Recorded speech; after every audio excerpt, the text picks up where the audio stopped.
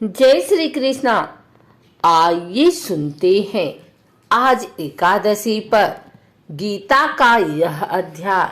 श्री महादेव जी कहते हैं, प्रिय, गीता के वर्णन से संबंध रखने वाली कथा एवं विश्व रूप अध्याय की पावन महात्म्य को श्रवण करो। विशाल नेत्रों वाली पार्वती, इस अध्याय के महात्म्य का पूरा वर्णन नहीं किया जा सकता। इसके संबंध में सहस्त्रों कथाएं हैं। उनमें से एक यहाँ कही जाती है। प्रणीता नदी के तट पर मेघड़कर नाम से विख्यात एक बहुत बड़ा नगर है। उसके प्रकार 4 दीवारी और गोपुर द्वार बहुत ऊंचे हैं। वहाँ बड़ी बड़ी विश्रामशालाएं हैं जिनमें सोने के खंभे शोभा दे रहे हैं। उस नगर में श्रीमान सुखी, शांत, सदाचारी तथा जितेंद्रिय मनुष्यों का निवास है। वहाँ हाथ में सार्ग नामक धनुष धारण करने वाले जगदीश्वर भगवान विष्णु विराजमान हैं। वे परम ब्रह्मा के साकार स्वरूप हैं। संसार के नेत्रों को जीवन प्रदान करने वाले हैं। उनका गौरवपूर्ण श्री विग्रह भगवती लक्ष्मी के नेत्र कमलों द्वारा पूजित होता है। भगवान की वह झांकी वामन अवतार की है। मेघ के समान उनका श्याम वर्ण तथा कोमल आकृति है। वक्षस्थल पर श्रीवत्स का चिन्ह शोभा पाता है। वे कमल और बनमाला से विभूषित हैं। अनेक प्रकार के आभूषणों से सुशोभित हो। भगवान वामन रत्नयुक्त समुद्र की सदृश जान पड़ते हैं। पीतांबर से उनके श्याम विग्रह की कांति ऐसी प्रतीत होती है मानो चमकती हुई बिजली से घिरा हुआ स्निग्ध मेघ शोभा पा रहा हो। उन भगवान वामन का दर्शन करके जीव जन्म एवं संसार के बंधन से मुक्त हो जाता है। उस नगर में मेखला नामक महान तीर्थ है जिसमें स्नान करके मनुष्य शाश्वत वैकुंठ धाम को प्राप्त होता है। वहां जगत के स्वामी करुणा सागर भगवान नरसिंह का दर्शन करने से मनुष्य 7 जन्मों के किए हुए घोर पाप से छुटकारा पा जाता है। जो मनुष्य मेखला में गणेश जी का दर्शन करता है वह सदा दुष्कर विघ्नों के भी पार हो जाता है। उसी मेघड़कर नगर में कोई श्रेष्ठ ब्राह्मण थे जो ब्रह्मचर्य परायण, ममता और अहंकार से रहित, वेद शास्त्रों में प्रवीण, जितेंद्रिय तथा भगवान वासुदेव के शरणागत थे। उनका नाम सुनंद था। प्रिय, वे सारंग धनुष धारण करने वाले भगवान के पास गीता के 11वें अध्याय विश्व रूप दर्शन योग का पाठ किया करते थे। उस अध्याय के प्रभाव से उन्हें ब्रह्म ज्ञान की प्राप्ति हो गई थी। परमानंद संदोह से पूर्ण उत्तम ज्ञानमय समाधि के द्वारा इंद्रियों के अंतर्मुख हो जाने के कारण वे निश्चल स्थिति को प्राप्त हो गए थे और सदा जीवन मुक्त योगी की स्थिति में रहते थे।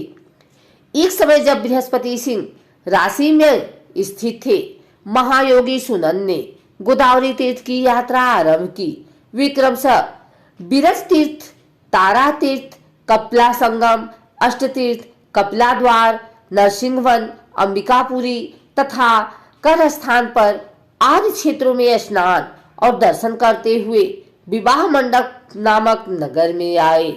वहां उन्होंने प्रत्येक घर में जाकर अपने ठहरने के लिए स्थान मांगा, परंतु कहीं भी उन्हें स्थान नहीं मिला। अंत में गांव के मुखिया ने उन्हें एक बहुत बड़ी धर्मशाला दिखा दी। ब्राह्मण ने साथियों सहित उसके भीतर जाकर रात में निवास किया।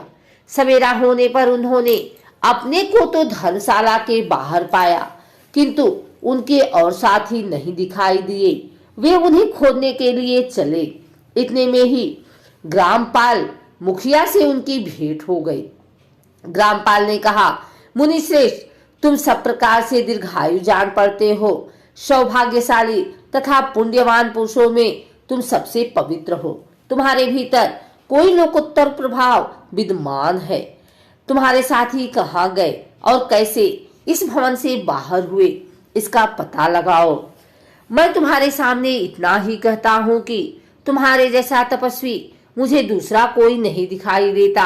विप्रवर, तुम्हें किस महामंत्र का ज्ञान है? किस विद्या का आश्रय लेते हो तथा किस देवता की दया से तुम्हें अलौकिक शक्ति आ गई है। भगवान कृपा करके इस गांव में रहो, मैं तुम्हारी सब सेवा शुश्रूषा करूंगा। यो कहकर ग्रामपाल ने मुनीश्वर सुनंद को अपने गांव में ठहरा लिया। वह दिन रात बड़ी भक्ति से उनकी सेवा टहल करने लगा। जब 7-8 दिन बीत गए, तब एक दिन प्रातः काल आकर वह बहुत दुखी हो महात्मा के सामने रोने लगा और बोला, हाय, आज रात में राक्षस ने मुझ भाग्यहीन के बेटे को चबा लिया है। मेरा पुत्र बड़ा ही गुणवान और भक्तिमान था।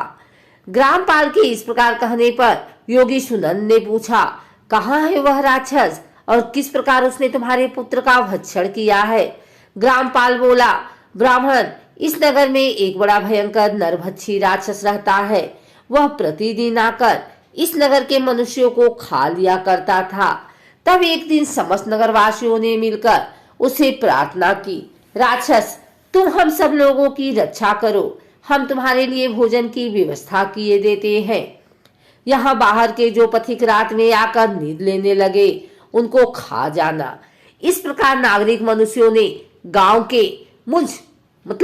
मुखिया द्वारा इस धर्मशाला में भेजे हुए पथिकों को ही राक्षस का आहार निश्चित किया। अपने प्राणों की रक्षा के लिए ही उन्हें ऐसा करना पड़ा। तुम भी अन्य राहगीरों के साथ इस घर में आकर सोए थे, किंतु राक्षस ने उन सबों को तो खा लिया, केवल तुम्हें छोड़ दिया। द्विजोत्तम, तुम में ऐसा क्या प्रभाव है, इस बात को तुम ही जानते हो। इस समय मेरे पुत्र का एक मित्र आया था, किंतु मैं उसे पहचान न सका। वह मेरे पुत्र को बहुत ही प्रिय था, किंतु अन्य राहगीरों के साथ उसे भी मैंने उसी धर्मशाला में भेज दिया। मेरे पुत्र ने जब सुना कि मेरा मित्र भी उसमें प्रवेश कर गया है, तब वह उसे वहां से ले आने के लिए गया, परंतु राक्षस ने उसे भी खा लिया। आज सवेरे मैंने बहुत दुखी होकर उस पिशाच से पूछा, ओ दुष्टात्मा, तूने रात में मेरे पुत्र को भी खा लिया।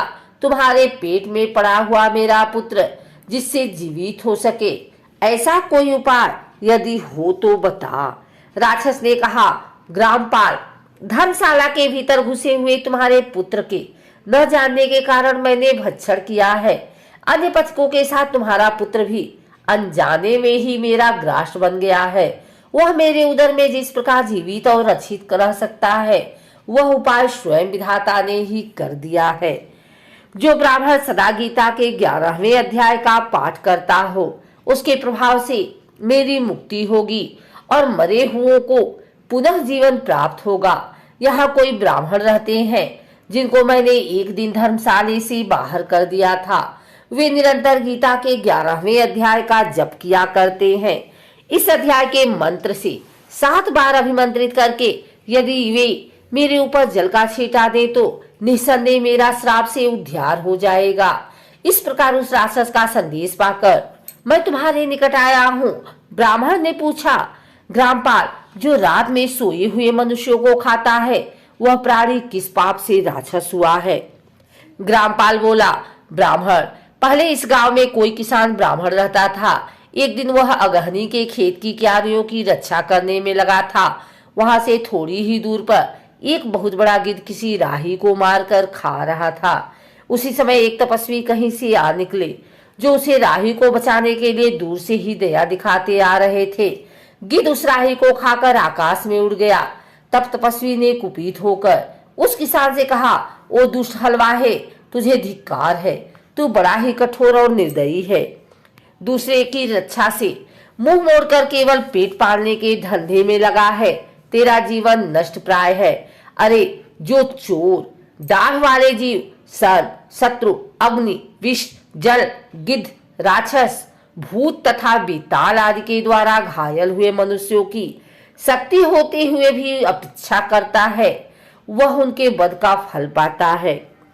जो शक्तिशाली होकर भी चोर आदि के चंगुल में फंसे हुए ब्राह्मण को छुड़ाने की चेष्टा नहीं करता, वह घोर नरक में पड़ता और पुनः भेड़ियों की योनि में जन्म लेता है।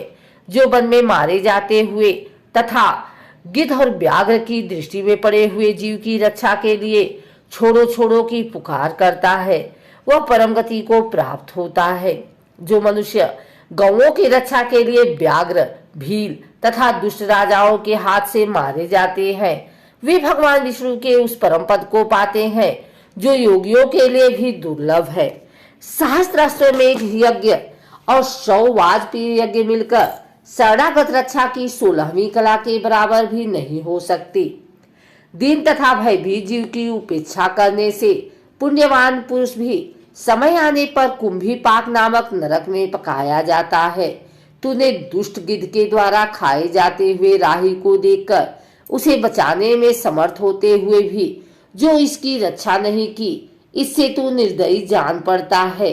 अतः तू राक्षस हो जा। हलवाहा बोला, महात्मन, मैं यहाँ उपस्थित अवश्य था, किंतु मेरे नेत्र बहुत देर से खेत की रक्षा में लगे थे। अतः पास होने पर भी गिद्ध के द्वारा मारे जाते हुए इस मनुष्य को मैं नहीं जान सका। अतः मुझ दिन पर आपका अनुग्रह होना चाहिए। तपस्वी ब्राह्मण ने कहा, जो प्रतिदिन गीता के 11वें अध्याय का जप करता है, उस मनुष्य के द्वारा अभिमंत्रित जल जब तुम्हारे मस्तक पर पड़ेगा, उस समय तुम्हें सांप से छुटकारा मिल जाएगा। यह कहकर तपस्वी ब्राह्मण चले गए और वह हलवाया राक्षस हो गया। अतः द्विश्रेष्ठ, तुम चलो और 11वें अध्याय से तीर्थ के जल को अभिमंत्रित करो, फिर अपने ही हाथ से उस राक्षस के मस्तक पर उसे छिड़क दो। ग्रामपाल की यह सारी प्रार्थना सुनकर ब्राह्मण का हृदय करुणा से भर आया। वे बहुत अच्छा कहकर उसके साथ राक्षस के निकट आए। वे ब्राह्मण योगी थे। उन्होंने विश्वरूप दर्शन नामक 11वें अध्याय से जल अभिमंत्रित करके उस राक्षस के मस्तक पर दे मारा। गीता के 11वें अध्याय के प्रभाव से वह श्राप से मुक्त हो गया। उसने राक्षस देह का परित्याग करके चतुर्भुज रूप धारण कर लिया तथा उसने जिन सहस्त्रों पथिकों को भक्षण किया था, वे भी शंख, चक्र एवं गदा धारण किए चतुर्भुज हो गए। तत्पश्चात वे सभी विमान आरूढ़ हुए। इतने में ही ग्रामपाल ने राक्षस से कहा, निशाचर, मेरा पुत्र कौन है, उसे दिखाओ। उसके योग कहने पर दिव्य बुद्धि वाले राक्षस ने कहा, ये जो तमाल के समान श्याम, 4 भुजाधारी, माणिक्यमय मुकुट से सुशोभित तथा दिव्य मणियों के बने हुए कुंडलों से अलंकृत है, हार पहनने के कारण जिनके कंधे मनोहर प्रतीत होते हैं, जो सोने के भुजबंधों से विभूषित, कमल के समान नेत्र वाले, स्निग्ध रूप तथा हाथ में कमल लिए हुए हैं और दिव्य विमान पर बैठकर देवत्व को प्राप्त हो चुके हैं, इन्हीं को अपना पुत्र समझो। यह सुनकर ग्रामपाल ने उसी रूप में अपने पुत्र को देखा और उसे अपने घर ले जाना चाहा। यह देख उसका पुत्र हंस पड़ा और इस प्रकार कहने लगा। पुत्र बोला, ग्रामपाल, कई बार तुम भी मेरे पुत्र हो चुके हो। पहले मैं तुम्हारा पुत्र था, किंतु अब देवता हो गया हूँ। इन ब्राह्मण देवता के प्रसाद से बैकुंठ धाम को जाऊंगा। देखो, यह निशाचर भी चतुर्भुज को प्राप्त हो गया है। 11वें अध्याय के महात्म्य से यह सब लोगों के साथ श्री विष्णु धाम को जा रहा है।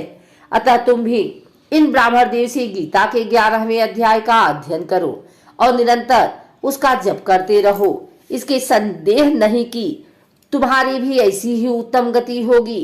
तात, मनुष्यों के लिए साधु पुरुषों का संग सर्वथा दुर्लभ है, वह भी इस समय तुम्हें प्राप्त है। अतः अपना अभीष्ट सिद्ध करो। धन, भोग, दान, यज्ञ, तपस्या और पूर्व कर्मों से क्या लेना है। विश्व रूपाध्याय के पाठ से ही परम कल्याण की प्राप्ति हो जाती है।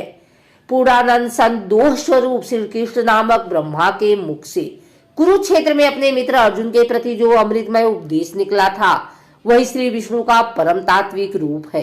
तुम उसी का चिंतन करो। वह मोक्ष के लिए प्रसिद्ध रसायन है।